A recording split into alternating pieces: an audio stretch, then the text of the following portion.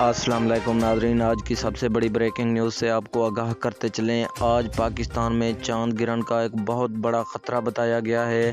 महकमा मौसमियात ने ख़तरनाक हाई अलर्ट जारी कर दिया। आज रात 12 बजे चांद गिरन होगा और हमला औरतें घरों से बाहर ना निकलें और चांद को भी ना देखें। नाज़रीन, महकमा मौसमियात ने ख़तरनाक हाई अलर्ट जारी कर दिया।